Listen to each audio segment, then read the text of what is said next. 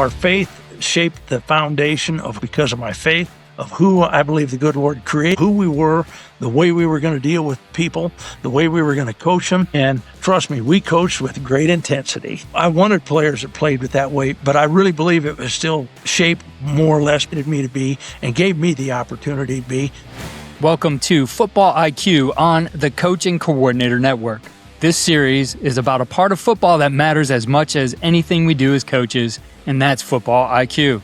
We spend a lot of time talking about scheme, technique, drills, and game plans, but at the end of the day, the players who separate themselves and the teams that play the fastest are usually the ones that understand the game at a deeper level. They can recognize structure, process information, anticipate what is coming, and make better decisions in real time. That's becoming harder to teach. Players today see a lot of football, but they often see it in clips, highlights, and short segments on social media. They're watching plays, but not always learning the game in full context. That's why we wanted to build this series. With Football IQ, presented by American Football IQ, we're going to talk with coaches and teachers of the game about how they develop smarter players, how they train recognition and decision-making, and how they help athletes truly understand what they're seeing. If you want to help your players see the game more clearly and play with more confidence, check out our partner, American Football IQ. They're building tools and resources that help players, coaches, and parents grow their understanding of the game. The link is in the show notes. Let's get into today's episode.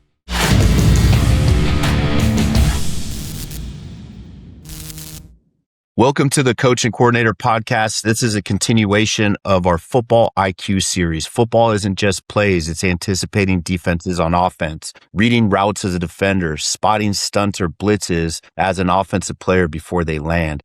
When everyone's fast and strong, the sharpest mind on either side of the ball wins. That's what we're exploring today with a true master. Joining us is Russ Martin, longtime college football coach. He's been a mentor to me for years, over 4 decades. He's been a head coach. He's been the head coach at Black Hills State and Colorado Mesa, where he led the Colorado Mesa team to 3 conference titles and a playoff appearance. He was offensive coordinator and quarterback coach at Nebraska Kearney. They had 4 conference titles while he was there, and they had a couple national playoff appearances. He's coached at West Texas A&M, Southeast Missouri State as the offensive coordinator, where his offenses set 20-plus offensive school records. They're one of the top teams at the FCS 1AA level in major offensive categories. He had early stops on defense at Baylor as a DN's coach and some other universities as well. He's now retired, but he's still shaping lives through camps and speaking. Russ, thanks for coming on. How's retirement treating you? Man, retirement's going well, but Doug, it's certainly a pleasure to be here with you and to be able to just talk some football.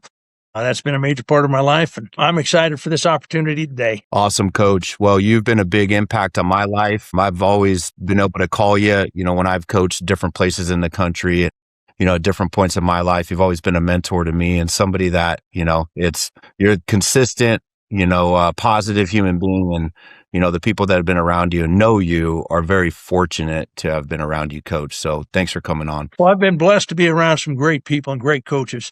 And early on in my career, I was influenced by some coaches that just had a major impact as far as the way that I approached it, including like Grant Taft when I was at Baylor University. Such a tremendous individual, strong faith, but also a great football coach. And so I've been blessed with those. And I believe part of my calling is actually to continue to share that now. Awesome, Coach. So let's dive into this. The topic is football IQ. It's something that, we all want to have as coaches and we want to instill in our players. So you were a linebacker at Chadron State, and what early moment shifted you from player to coach? I think a lot of that, Doug, was as a player. My first couple of years, I actually played fullback up there. So I learned a lot of things from the offensive side, and the individual, our head coach, Sparky Adams, I think was a coach that was well ahead of his time. He had spent a lot of time with a lot of NFL coaches, with Green Bay Packers in particular, kind of learning both passing offense, their sweep. And then when I moved over to the defense, our defensive coordinator, Bill Trasky, had a major impact on me. And it was really in learning to study the game. And that's back when you didn't have the video that we have now. It was the old 16 millimeter and you were running that film back and forth. And as I was, I guess, playing, I knew that I wanted to get into coaching. And quite honestly, for myself, I believe I was called into coaching by the time I was about 14 years old. And that transition was a natural one for me because as a player, I was one that I really studied film early on. And I was a person, I tell players and my teams over the years, I said, Mondays and Tuesdays, I didn't sleep very well as a player because I was studying the film so much during that time.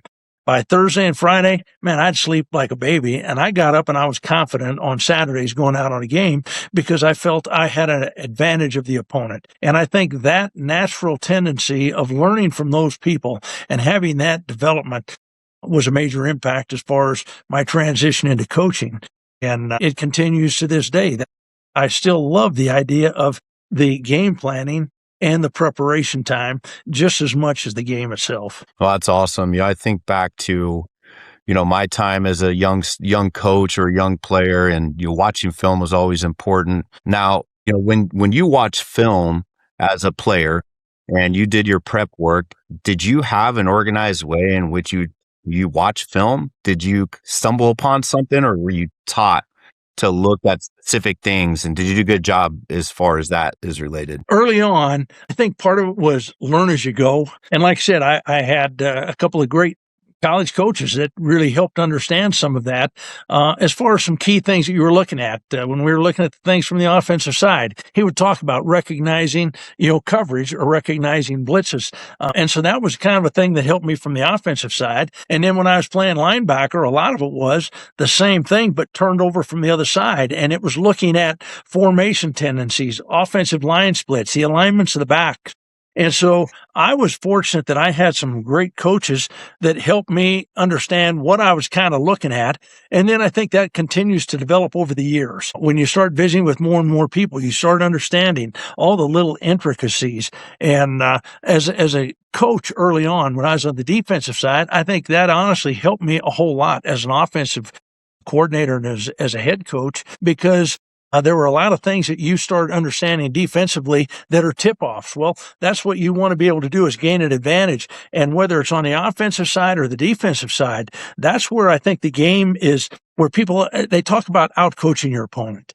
And I think that's where the out-coaching comes, is really in the preparation of how did you prepare your players, of not just for what they've got to see, but even on occasions of preparing them for what they might see or that didn't show on tape, just so they're able to adjust in the course of the game. So I've been fortunate, like I said, to be around some great coaches. Early on as well in my career, I was fortunate to spend a lot of time with Tom Moore, who in my mind is the greatest offensive mind in the game of football. And some of the things that he taught as far as things to look at, it was recognizing defense. It wasn't talking about plays. It was recognizing strengths and weaknesses. And I think that's what the game really comes down to, is the mental preparation so that you can play fast and you can play well. Love it. Tom Moore's still coaching. That's crazy. Okay, so Coach, you've mentored quarterbacks, you've mentored offenses across many programs. What's the baseline thing that you do to test football IQ as people come into your program? As they first come into the program, I like to sit down. I like to just talk to them a couple things on the board and also on the video. I want to try and find out what it is, how they were taught, and what things do they currently know or recognize.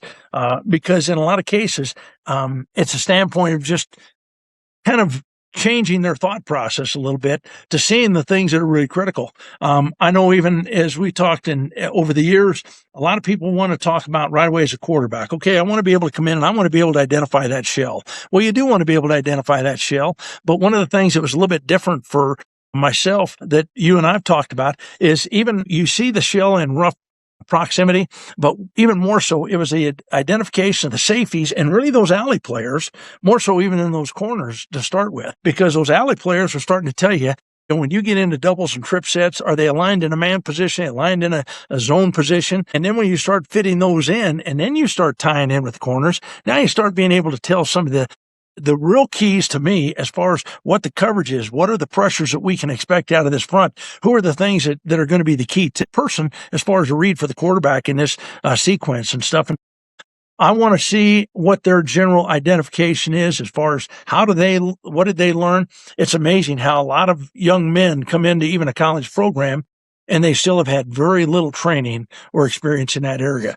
They survived on talent and ability alone, or simply on a play situation of saying, okay, well, it's either one or two. And I think to really be tremendously successful at the college level, it comes down to a lot more than that. It comes down to really understanding defenses.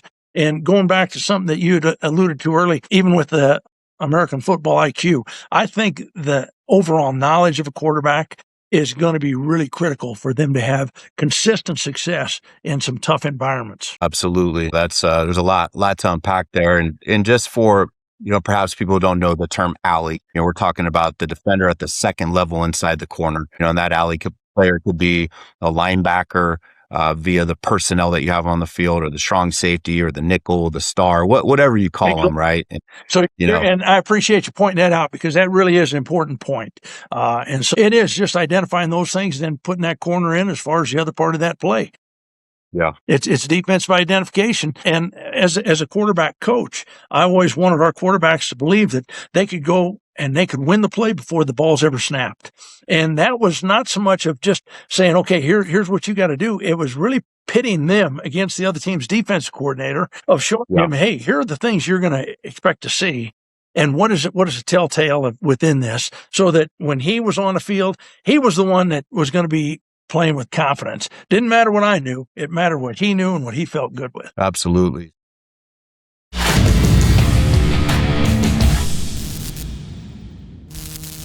Today's episode is presented by American Football IQ. One of the biggest challenges coaches face right now is this. Players are seeing more football than ever, but they are not always learning how to understand the game in full context. They watch clips, they see highlights, but they don't always learn how to recognize coverage, identify fronts, understand leverage, or connect what is happening before and after the snap. That is why tools that help teach football IQ matter. American Football IQ is built to help players learn the game visually through flashcards that train recognitions, coverages, fronts, protections, gap control, the kind of things players have to see faster if they want to play fast. This is not just about memorizing terms. It's about helping players recognize patterns quicker, process information faster, and play with more confidence when the ball is snapped. So whether you're coaching quarterbacks, skill guys, linemen, or just looking for a better way to teach the game, check out American Football IQ and see how they are helping players build real understanding that carries to the field.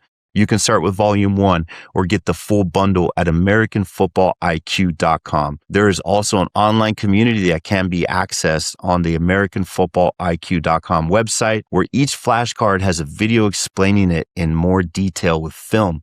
Play fast.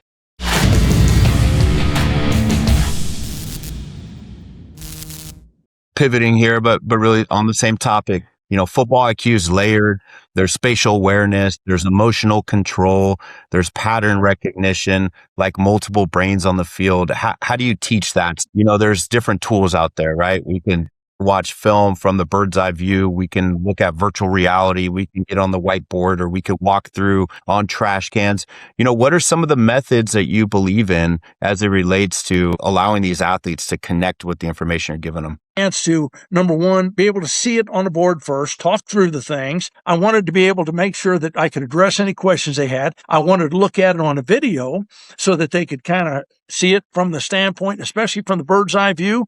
If you can get kind of the back behind angle that quarterbacks have, and that's one of the nice things now with all the drones that people have and stuff like that to shoot video, you can get a few more of those. There's some virtual reality that help train. I think all of those things are really good, because I think the quarterbacks learn in different ways. But most importantly for me, it was a standpoint of also then taking the things from the classroom and walking through them on a field, doing the identification, but making sure you're drilling each part of that so that he has an understanding of how it comes down, and he can actually kind of take it from the classroom to the field to be able to start executing it and then start to speed up that process. And then it was the same thing in a film room.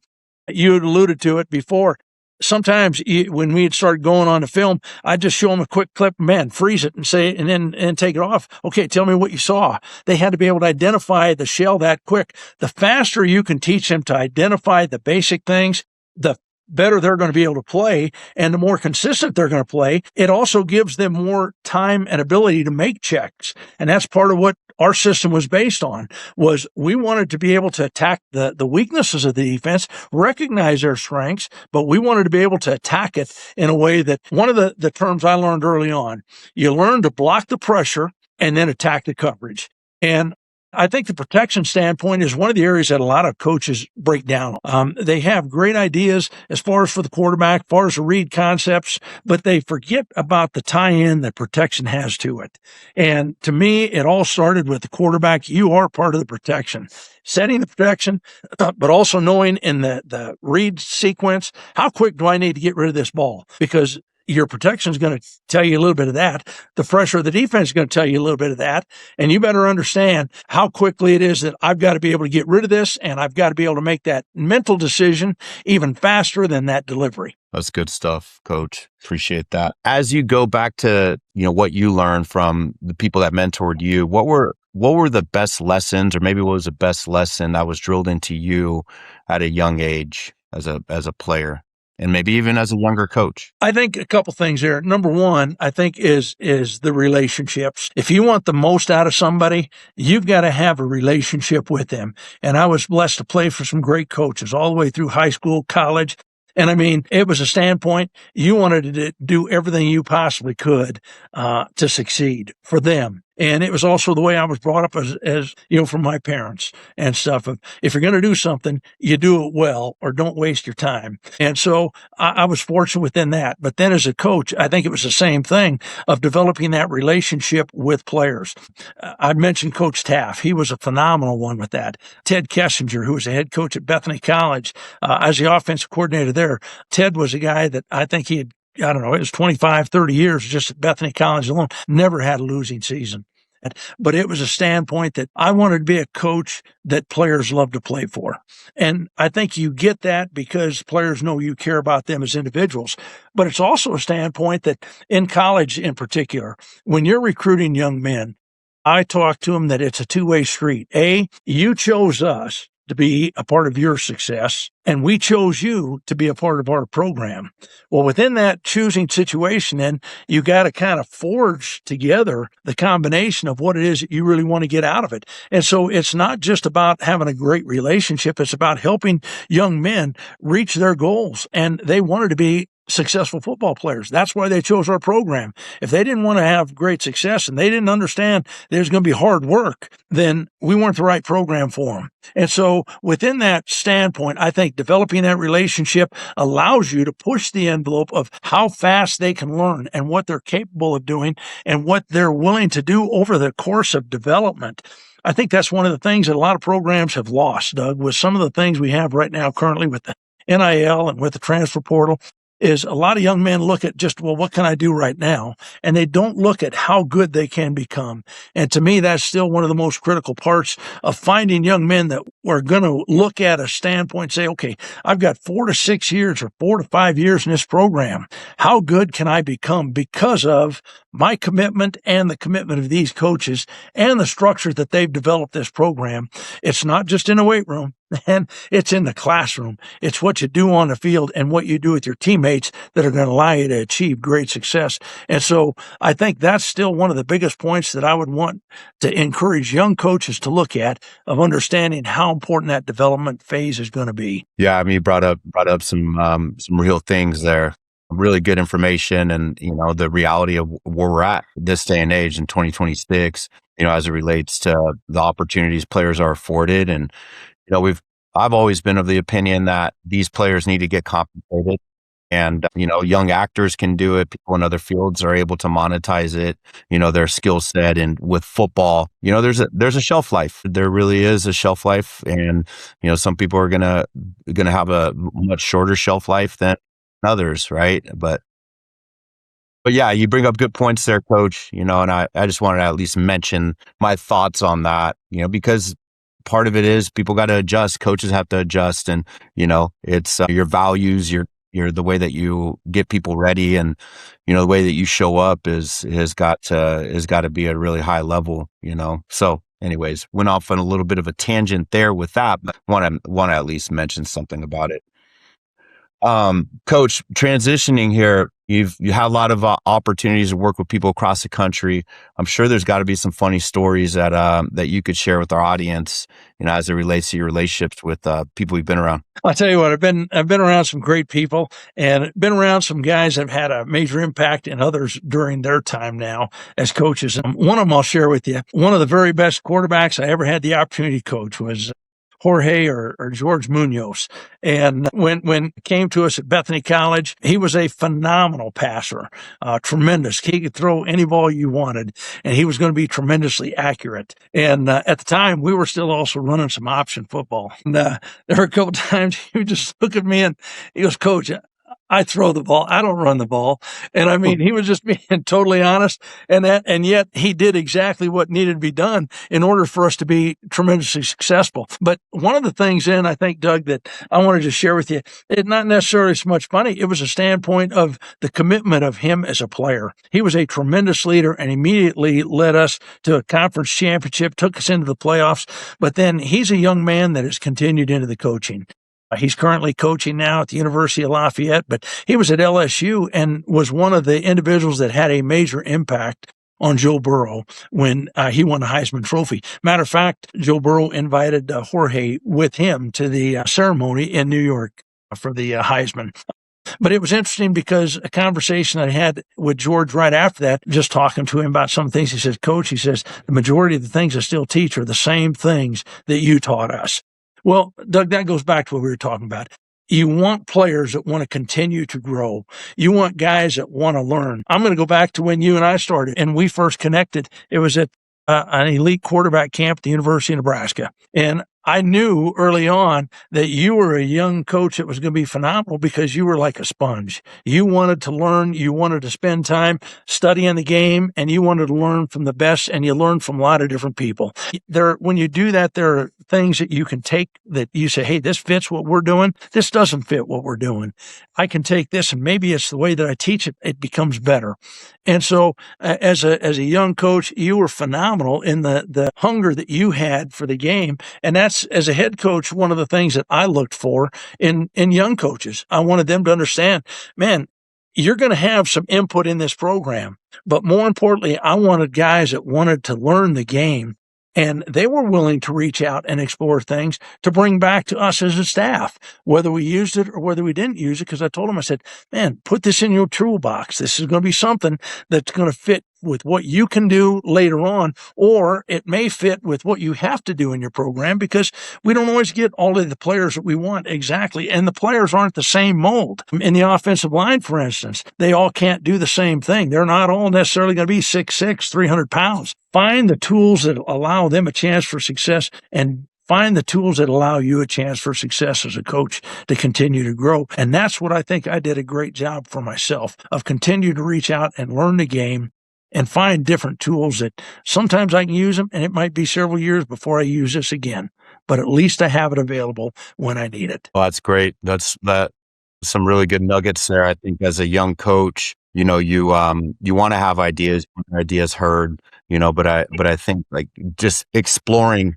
what it means for you and coming up with what your system would be if once you interview for an OC job, or, if you take over a program down the road, it's good to catalog those things, but bring ideas to coaches, and I was talking to coach the other day that played for Doug Peterson, and he said, and even coach for Doug Peterson, and he said anytime you would bring something to Doug, he wanted to make sure that it had the counter play, it had the play action off of it. If it was a run scheme, it needed to be part of a family of plays, not just a grab bag, bring a play here. And so that was an important lesson. But I think that's important for young coaches to be hungry, to learn from people who got experience, who have wisdom, but also, make sure that you bring good information that's going to be structured within what you're doing right there at the program. So, to expand on that one last little thing, in coaching quarterbacks, that's what I wanted them to understand.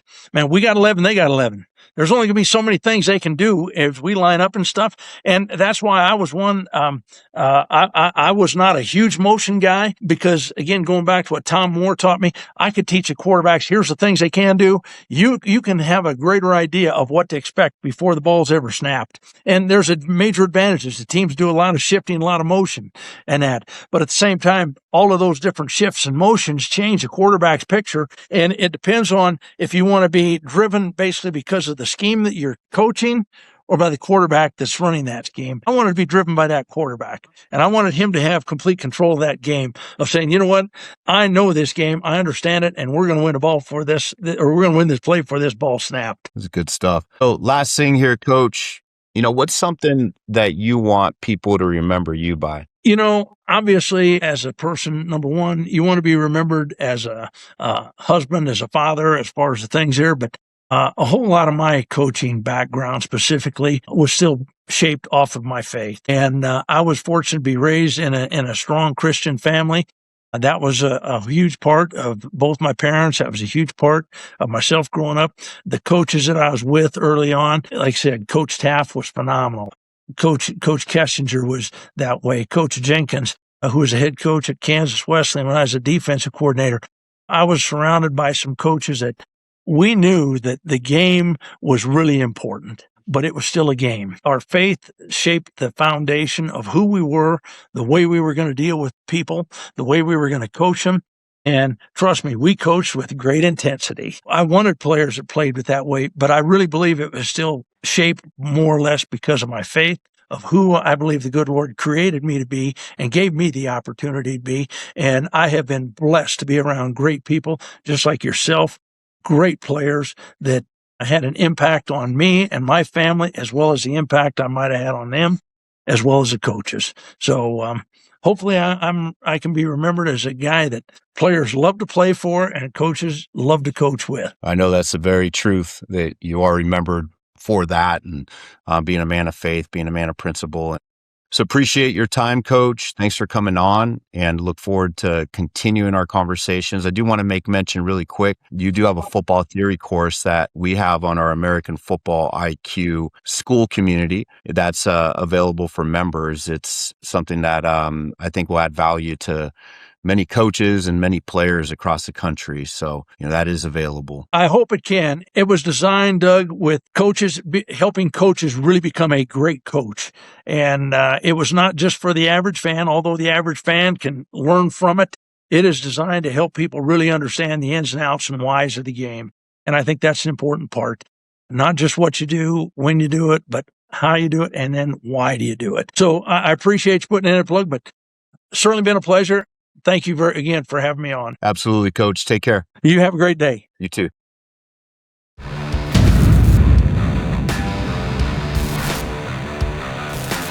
Thanks for joining us for Football IQ presented by American Football IQ. If you want to help your players see the game better, think faster, and understand more, go check out American Football IQ and what they're building for players, coaches, and parents. That's at AmericanFootballIQ.com or click the link in the description. Follow all we're doing at Coach and Coordinator Network and follow us on X at Coach K. Grabowski.